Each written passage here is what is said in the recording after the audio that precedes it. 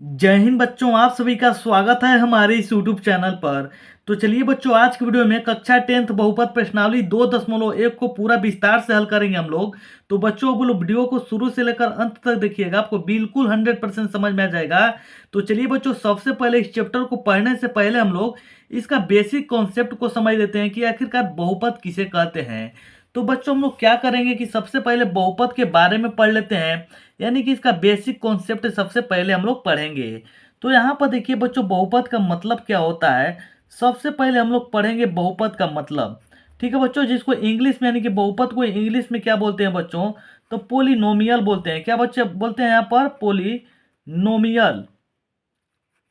ठीक है बच्चों, इसको बहुपद को इंग्लिश में पोलिनोमियल्स बोलते हैं। यानी कि बहुपद का मतलब क्या होता है कि एक से ज्यादा पद, यानी कि बहुपद में जितने भी पद होते हैं, जब भी पद आएंगे हमारा, कितने आएंगे? यानी कि एक से ज्यादा। यानी कि बहुपद का मतलब होता है कि एक से ज्यादा पद। ठीक है, एक से ज्यादा पद। ठीक है, और इसको पढ़ने से पहले सबसे पहले हम लोग को क्या पता होना ही चाहिए कि यानी कि चर और अचर। तो सबसे पहले हम लोग क्या करेंगे कि चर यानी कि चर संख्या के बारे में पढ़ेंगे, यानी कि चर संख्याएं क्या होती हैं। उसके बाद हम लोग जानेंगे कि अचर संख्या क्या होती है। तो चर संख्या किसे कहते हैं बच्चों? तो जितने भी ABCD अल्फाबेट के अक्षर हमारे होते हैं, उसको हम लोग चर कहते हैं। यानी कि A से Z तक जितने भी संख्याएं होती हैं, उसको हम लोग क्या बोलते हैं कि चर संख्या होती हैं। जैसे यहाँ पर बात किया जाए चर संख्या के बारे में, तो हमारा A हो जाएगा, B हो जाएगा, C हो जाएगा, X हो जाएगा, Y हो जाएंगे, Z हो जाएंगे। यानी कि ETC, यानी कि जितने भी हमारे आते हैं ना, यानी कि वो हमारे क्या हो जाएंगे? चर पद कहलाते हैं। और जब अचर संख्याएं की बात की जाए, अचर संख्या, तो अचर संख्या क्या होती है बच्चों? तो यहाँ पर अचर संख्या क्या होता है, तो जितने भी हमारे गिनती के अक्षर होते हैं ना, उनको हम अचर संख्या कहते हैं। यानी कि यहाँ पर एक शब्द में अगर लिखना होगा तो हम क्या लिख सकते हैं कि गिनती के सभी अक्षर को, गिनती की सभी अक्षरों को, सभी अक्षरों को क्या कहते हैं बच्चों? अचर संख्या कहते हैं। अचर संख्या या अचर पद भी बोल सकते हैं बच्चों। तो जब इसका जैसे में अगर बात किया जाए, तो हमारी अचर संख्या कौन कौन सी हो जाएंगी? तो देखिए, जितने भी हमारे नंबर आएंगे ना इसमें, जैसे कि मान लीजिए कि 1 हो गया, और 8 हो गया, -2 हो गए, रूट के अंदर 4 हो गया। ठीक है, रूट के अंदर यहाँ पर 7 हो गया, क्योंकि यहाँ पर 4 का हमारा जब वर्गमूल करेंगे तो 2 हो जाएगा। तो ऐसे जितने भी अगर संख्याएं आएगी ना, हमारे क्या कहलाएंगे वहां पर? अचर कहलाएंगे। अब इसके बाद जो हमारा इसके बाद आता है बच्चों, यहाँ पर आएगा हमारा बीजीय व्यंजक। तो बीजीय व्यंजक क्या होता है, इसको भी हम लोग थोड़ा सा जान लेते हैं। तो चलिए बीजीय व्यंजक के बारे में भी देख लेते हैं। बीजीय व्यंजक, ठीक है बच्चों, बीजीय व्यंजक क्या होता है? तो यहाँ पर देखिए, इसको अगर लिखना होगा तो कैसे लिखेंगे? तो यहाँ पर देखिए, कुछ कुछ निश्चित पद, कुछ निश्चित पद, निश्चित पद, और निश्चित पद में हमारा क्या होंगे? तो चर और तथा अचर।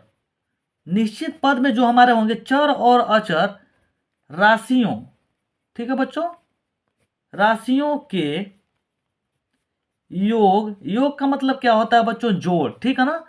अंतर, अंतर का मतलब होता है घटाव। फिर गुणा, गुणा का मतलब गुणा ही होता है।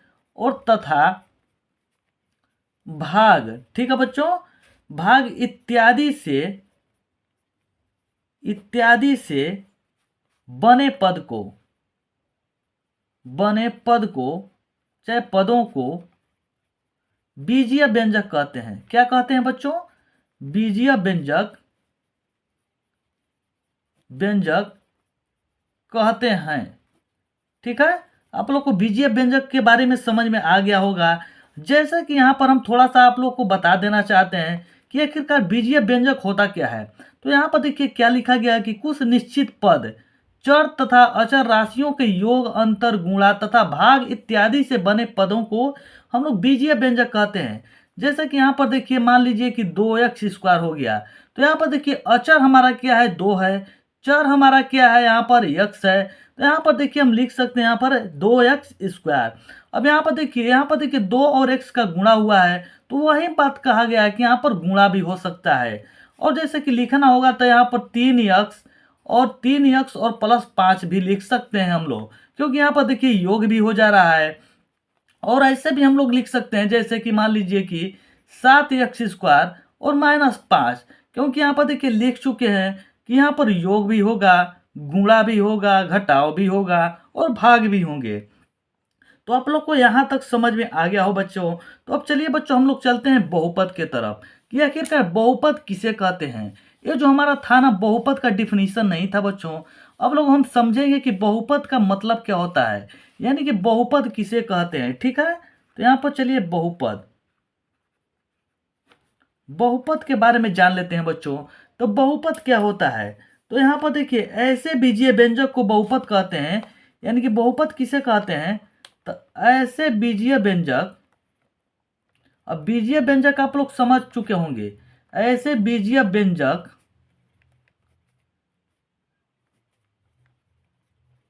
व्यंजक को बहुपद कहते हैं।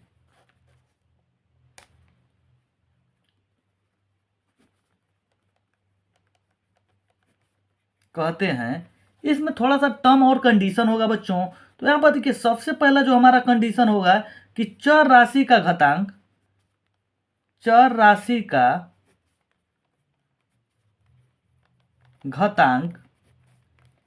एक धनात्मक क्या होना चाहिए बच्चों, यहाँ पर एक धनात्मक का मतलब पॉजिटिव नंबर, धनात्मक पूर्णांक हो। ठीक है, और इसका जो हमारा दूसरा कंडीशन क्या होगा बच्चों, तो यहाँ पर पदों की संख्या क्या होनी चाहिए, निश्चित होनी चाहिए। पदों की संख्या निश्चित हो। क्या हो बच्चों, पदों की संख्या निश्चित हो। और तीसरा यहाँ पर जो हमारा इसका कंडीशन हो जाएगा, यानी कि कंडीशन नंबर 3 जो हमारे यहाँ पर हो जाएंगे कि यहाँ पर प्रत्येक पद चर राशि का गुणांक हो। कहने का मतलब गुणांक हो, और वास्तविक संख्या भी होनी चाहिए साथ में। क्या होनी चाहिए, वास्तविक संख्या भी हो साथ में। ठीक है, और जैसे में इसका हम थोड़ा सा आप लोग को समझा देना चाहते हैं, आप लोग को समझ में आ जाएंगे बच्चों कि आखिर में यहाँ पर कह क्या रहा है। ठीक है, तो यहाँ पर आप थोड़ा सा ध्यान से देखिएगा। जैसे कि अगर जैसे में इसका बात किया जाए, एग्जाम्पल थोड़ा सा लेकर मैं आप लोग को बता देना चाहता हूँ। तो यहाँ पर देखिए x² और +2x और +7। तो यहाँ पर देखिए बच्चों, यहाँ पर 2x + 7 यहाँ पर होगा बच्चों। तो यहाँ पर देखिए कहने का मतलब कि यहाँ पर चर राशि का घातांक क्या हो, एक धनात्मक हो। तो यहाँ पर देखिए चर राशि का हमारा एक धनात्मक है कि नहीं। अगर यहीं पर माइनस यहाँ पर हो जाता ना, जैसे कि यहाँ पर देख लीजिए, एक और उदाहरण ले रहे हैं यहाँ पर 4x पर -3, ये बहुपद है, ये बहुपद नहीं है। बहुपद हमारा क्या है, ये वाला हमारा बहुपद हो जाएगा। जैसे कि यहाँ पर हमारा √3x² और यहाँ पर 5x हो गया, क्या ये बहुपद है, नहीं है, क्योंकि यहाँ पर एक अपरिमेय संख्या है, रूट के अंदर है, जो कि हमारी यहाँ पर एक बहुपद नहीं होगी बच्चों। तो आप लोग को समझ में आ गया होगा। और प्रत्येक पद चर राशि का एक गुणांक हो। प्रत्येक पद यहाँ पर ये वाला हमारा रूल लग जाएगा कि यहाँ पर कि प्रत्येक पद जो हमारा हो एक चर राशि का गुणांक हो। तो यहाँ पर और वास्तविक संख्या भी हो। तो वास्तविक संख्या है बच्चों, आप लोग को है नहीं है, तो हमारा बहुपद नहीं होगा। तो आप लोग को बच्चों किसी भी चैप्टर को अगर स्टार्ट करते हैं तो आप लोग को बेसिक कॉन्सेप्ट पता होना चाहिए। नहीं तो देखिए मैथ ऐसा एक सब्जेक्ट है जिसको रटा नहीं जा सकता है। तो आप लोग क्या कीजिए कि बढ़िया से इसको पढ़िए, मैथ बिंदास, ये नहीं कि बिंदास मोड में पढ़ा कीजिए, तभी आप लोग का मन लगेगा मैथ पढ़ने में। तो चलिए बच्चों, अभी कुछ पॉइंट और है जिसको मैं आप लोग को और बता देना चाहता हूं। यानी कि इससे पहले जो हमारे आएंगे, अब इसके बाद जो हमारा आएगा कि बहुपद के प्रकार। ठीक है, तो यहां पर लिख रहे हैं बहुपद के प्रकार। ठीक है, बहुपद कितने प्रकार के होते हैं, तो बहुपद हमारे बच्चों होते हैं 3 प्रकार के। लेकिन वैसे भी आप कह सकते हैं कि 4 प्रकार भी हो सकते हैं, क्योंकि उसमें एक हमारे शामिल जो हो जाता है शून्य बहुपद। तो चलिए अब सबसे पहले हमारा जो पहला आता है एक पदी, ठीक है, एक पदी बहुपद, ठीक है। इसको आप लोग को देखकर ही समझ में आ रहा होगा कि इसमें जो हमारी पदों की संख्या कितनी होगी बच्चों, तो हमारे सिर्फ एक होगी। जैसे में अगर इसका बात किया जाए तो एक पदी बहुपद क्या होता है, तो जैसे हमारे यहाँ पर 7x हो गया, देखिए एक पदी है ना, यहाँ पर और 5x हो जाए, सिर्फ x भी हो जाए, तो हमारा क्या है, एक पदी बहुपद है। और जो दूसरा हमारा इसमें आएगा द्विपदी बहुपद, द्विपदी बहुपद। तो द्विपदी बहुपद का मतलब वो कितना होता है बच्चों, तो इसमें जो हमारी पदों की संख्या होगी कितनी होगी, 2 हो जाएंगी। तो यहाँ पर हो जाएगा एक्स स्क्वायर और प्लस 2। अगर दूसरा अगर एग्जाम्पल लेना हो तो 3x स्क्वायर और प्लस 5 हो जाएंगे, जो हमारे कि यहाँ पर द्विपद बहुपद कहलाएंगे। और यहाँ पर जो हमारा तीसरा बहुपद हो जाएगा, कौन सा हो जाएगा बच्चों, तो त्रिपदी, जिसको बोलते हैं त्रिपदी बहुपद, ठीक है। त्रिपदी बहुपद हमारे क्या हो जाएंगे, इसमें जो हमारी टोटल पदों की संख्या कितनी होगी, तो 3 होगी बच्चों। तो यहाँ पर देखिए हमारा 3x³ और यहाँ पर 2x स्क्वायर और प्लस यहाँ पर कितने हो जाएंगे, 5 हो जाएंगे, जो कि हमारे यहाँ पर त्रिपदी बहुपद कहलाएंगे बच्चों। तो आप लोग को समझ में आ गया होगा। और जो हमारा एक इसमें जो छूटा होता है यानी कि शून्य बहुपद, इसके भी बारे में मैं आप लोग को थोड़ा सा बता देना चाहता हूँ कि शून्य बहुपद क्या होता है। शून्य बहुपद ये क्या होता है बच्चों, तो यहाँ पर थोड़ा सा आप देख लीजिए कि चर की घात यहाँ पर कितना होना चाहिए। मैं आप लोग को थोड़ा सा यहाँ पर लिख देता हूँ कि यहाँ पर चर की घात कितना हो, चर की घात शून्य हो। क्या बच्चों, चर की घात शून्य हो।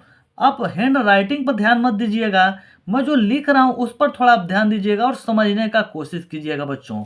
तो यहाँ पर देखिए चर के घात का मतलब कि यहाँ पर देखिए चर यहाँ पर हमारा है और इस पर पावर अगर 0 लिखा जाए, तो आप लोग कक्षा 8 में पढ़े होंगे कि यहाँ पर अगर कोई भी संख्या अगर मान लीजिए कि a पर पावर 0 का मतलब कितना होता है, तो 1 होता है बच्चों। तो आप लोग कक्षा 8 में पढ़े होंगे, तो इसका मान हमारा कितना हो जाएगा, 1 हो जाएगा। तो जैसे कि मान लीजिए कि 6 है, तो 6 को हम लोग लिख सकते हैं ना बच्चों ऐसे कि 6x पे पावर 0। कहने का मतलब कि 6 और इस पर जब कोई भी संख्या उस पर 0 हो ना, तो उसका मान 1 होता है। तो यहाँ पर हमारा कितना हो जाएगा, 6 हो जाएगा, क्योंकि यही हमारा बच्चों होता है शून्य पदी बहुपद। और मैं आप लोग को एक चीज और बता देना चाहता हूँ, थोड़ा सा आप ध्यान दीजिएगा। चलिए मैं आप लोग को अब थोड़ा सा दूसरे दिशा में ले चलता हूँ। तो यहाँ पर देखिए आप ध्यान दीजिएगा, ठीक है। देखिए मैं यहाँ पर आप लोग को थोड़ा सा बता देना चाहता हूँ कि यहाँ पर देखिए इसको हम लोग क्या बोलते हैं बच्चों, तो वाई अक्ष बोलते हैं। क्या बोलते हैं, वाई अक्ष बोलते हैं, ठीक है। और इसके जस्ट नीचे हम जब आएंगे तो इसको क्या बोलते हैं, वाई डैश बोलते हैं। इसी प्रकार से इधर बच्चों हम लोग क्या बोलते हैं, यक्स अक्ष बोलते हैं। और इसके जस्ट विपरीत दिशा में क्या होता है, हमारा यक्स डैश होता है, ठीक है। अब यहाँ जो हमारा जहाँ पर दोनों लाइनें कटती हैं, इसको हम लोग बोलते हैं मूल बिंदु, जिसका निर्देशांक जो हमारा होता है 0 0 के रूप का होता है। अब कहने का मतलब कि बच्चों हमारी यक्स अक्ष की जो लाइनें होती हैं वो धनात्मक होती हैं, यानी कि 1 हो गया, 2 हो गया, 3 हो गया, 4 हो गया। और यक्स डैश की जो लाइनें होती हैं वो ऋणात्मक होती है, यानी कि -1, -2, -3, -4 बच्चों।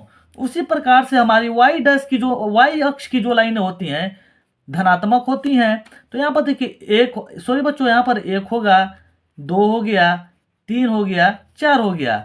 और उसी प्रकार से जो हमारी यक्स डैश की जो लाइनें होती हैं, बच्चों यहाँ पर वाई डैश की जो लाइनें होती हैं वो ऋणात्मक होती है, जैसे -1, -2, -3, -4। लेकिन इसमें आप लोग को पूछ क्या रहा है एक्सरसाइज 2.1 में। तो यहीं से अगर ये चीज़ आप लोग को समझ में आ जाएगा ना, तो आप बिल्कुल 100% वो सवाल को भी सही बना लेंगे। तो वहाँ पर कह रहा है बच्चों कि यहाँ पर देखिए जैसे कि मान लीजिए कि ये लाइन हम खींच रहे हैं, ठीक ना, ऐसे खींच दे रहे हैं और पूछ रहा है कि यहाँ पर जैसे कि यक्स अक्ष पर कटान बिंदु कितने हैं। तो यहाँ पर देखिए यक्स अक्ष पर जो हमारे कटान बिंदु है एक भी है, नहीं है। जो भी कटान बिंदु है हमारा वाई अक्ष पर है। तो यही चीज़ अगर y का बात अगर किया जाए तो एक बार काटा है y की लाइनों का ना, तो एक हो जाएगा। लेकिन x का जब बात की जाता है x पर एको बार काटा है, नहीं काटा है। तो हमारा जब x पर एको बार नहीं काटा है तो यहाँ पर एक भी नहीं होगा। तो लेकिन यहाँ पर अगर थोड़ा सा अगर बात किया जाए, इसको हम लोग बोलते हैं फर्स्ट कोऑर्डिनेट, इसको सेकेंड कोऑर्डिनेट, इसको थर्ड और इसको फोर्थ। कोऑर्डिनेट का मतलब होता है बच्चों की चतुर्थांश। और इसमें जो हमारी संख्या होती है, सबसे पहले x पर देखेंगे कि x पर क्या है, प्लस है तो प्लस हो गया, y पर क्या है तो यहाँ पर भी प्लस है। तो यहाँ पर फर्स्ट कोऑर्डिनेट का जो हमारी संख्या होती है यहाँ पर प्लस प्लस के रूप की होती हैं। और सेकेंड में क्या हो जाएगा, तो देखिए x में सबसे पहले माइनस है और y में क्या है, प्लस है, तो यहाँ पर माइनस प्लस हो जाएंगे। लेकिन अगर बात की जाए बच्चों यहाँ पर तीसरे चतुर्थांश की संख्या के बारे में, तो यहाँ पर देखिए सबसे पहले हम देखें कि x अक्ष पर क्या है। तो यहाँ पर देखिए x डैश है और x डैश पर सबसे पहले देखा जाएगा तो माइनस है, और y पर यहाँ पर भी क्या है बच्चों, तो यहाँ पर माइनस है। तो कहने का मतलब कि बच्चों यहाँ पर जो हमारा तीसरा चतुर्थांश की यहाँ पर जो संख्या होगी ना, माइनस माइनस की रूप की होगी। तो चलिए बच्चों यहाँ पर जो हम चौथा चतुर्थांश है यहाँ पर इसको बताते हैं। तो यहाँ पर देखिए सबसे पहले देखेंगे x अक्ष वाला। तो x अक्ष पर क्या है, यहाँ पर देखिए x अक्ष पर हमारी माइनस है और y पर क्या है बच्चों, तो यहाँ पर सॉरी बच्चों यहाँ पर x अक्ष पर क्या है तो प्लस है और y पर क्या है बच्चों, तो यहाँ पर माइनस है। तो हमारा जो चौथा चतुर्थांश हो जाएगा उसमें जो हमारी संख्या होती है प्लस और माइनस की रूप की होती है। तो इसको बच्चों आप लोग बढ़िया से देख लीजिएगा और समझ लीजिएगा। तो चलिए बच्चों अब हम लोग चलते हैं एक्सरसाइज 2.1 की तरफ। तो यहाँ पर देखिए बच्चों हमारा एक्सरसाइज जो यहाँ पर एक्सरसाइज 2.1 दिया हुआ है, इसमें कुछ भी नहीं करना है बच्चों। तो इसको आप थोड़ा सा ध्यान से देखिएगा, आपको बिल्कुल 100% समझ में आ जाएंगे। तो चलिए बच्चों यहाँ पर देखिए जो हमारा एक्सरसाइज 1 यानी कि सॉरी बच्चों एक्सरसाइज 2.1 जो दिया हुआ है, कह रहा है कि किसी बहुपद px के लिए y बराबर px का ग्राफ नीचे आकृति 2.10 में दिया गया है। प्रत्येक स्थिति में px के लिए शून्य की संख्या बताइए। तो यहाँ पर देखिए बच्चों मैं आप लोगों को पहले ही ग्राफ के सहारे बता चुका हूँ कि यहाँ पर देखिए पूछ क्या रहा है। तो यहाँ पर पूछ रहा है कि px यानी कि x अक्ष का यहाँ पर कटान बिंदु कितना होगा। हमको y से कुछ भी मतलब नहीं है बच्चों, हमको मतलब क्या है, तो x अक्ष पर जितनी बार ये लाइनें काट रही है उसका यहाँ पर कटान बिंदु निकालना है, यानी कि लिखना है। तो यहाँ पर देखिए सबसे पहले जो पहला सवाल में देखेंगे हम लोग, यहाँ पर देखिए x यानी कि px का पूछ रहा है ना, y बराबर px का पूछ रहा है। तो यहाँ पर देखिए x पर एको बार काटा है, नहीं काटा है। तो यहाँ पर जो हमारा इसका कटान बिंदु हो जाएंगे ना बच्चों, क्या हो जाएगा, तो यहाँ पर कटान बिंदु इसका हमारा शून्य हो जाएगा बच्चों। तो यहाँ पर देखिए दूसरा में चलते हैं। अगर लेकिन y यानी कि y का जब बात करेगा तो y पर देखिए कितना बार काटा है, तो एक बार काटा है, तो y का कितना हो जाएगा, एक हो जाएगा। तो चलिए बच्चों दूसरे सवाल में चलते हैं। तो दूसरे सवाल में देखिए x अक्ष पर कितना बार काटा है। तो यहाँ पर देखिए x अक्ष की लाइन यही वाली हमारी है ना, तो x अक्ष पर देखिए कितना बार काटा है, तो x पर एक बार काटा है। तो यहाँ पर इसका हमारा कितना आंसर हो जाएगा, एक हो जाएगा बच्चों। तो यहाँ पर देखिए अब चलते हैं तीसरे सवाल में। तीसरे सवाल में देखिए कितना बार काटा है x अक्ष पर। तो यहाँ पर देखिए एक बार काटा है, फिर यहाँ पर एक बार काटा है, फिर यहाँ पर एक बार काटा है, यानी कि 1 2 3। तो यहाँ पर कितने हो जाएंगे बच्चों, 3 हो जाएगा। आप लोग को समझ में आ रहे होंगे बच्चों अच्छे से आखिर में इस सवाल में करना क्या है। तो चलिए बच्चों अब चलते हैं चौथे नंबर सवाल की तरफ। तो यहाँ पर देखिए चौथे सवाल में क्या है, कितने बार काटी है यहाँ पर x पर लाइन है। तो यहाँ पर देखिए एक बार दो बार, तो यहाँ पर चौथा का जो हमारा आंसर हो जाएगा 2 हो जाएगा। यानी कि इसका आंसर आप कैसे लिखेंगे, तो मैं आपको थोड़ा सा समझा दे रहा हूँ। तो यहाँ पर लिखेंगे px यहाँ पर बराबर 2 लिखेंगे, ऐसे आंसर लिख देंगे। यही लिखना है यहाँ पर, इसका आंसर बिल्कुल आप चित्र बनाकर ऐसे ही लिख सकते हैं। तो चलिए बच्चों पांचवें नंबर सवाल की ओर चलते हैं। पांचवा में क्या कह रहा है बच्चों, यहाँ पर देखिए ध्यान से आप थोड़ा सा। तो यहाँ पर देखिए उसमें भी ठीक वैसे जैसे हम लोग सब सवाल को बनाएंगे, यहाँ पर भी सभी सवाल एक ही जैसे बनेंगे। यहाँ पर देखिए एक बार काटा है, 2 बार, 3 बार, 4 बार। तो यहाँ पर इसका हमारा px बराबर आंसर कितने हो जाएंगे बच्चों, तो 4 हो जाएंगे।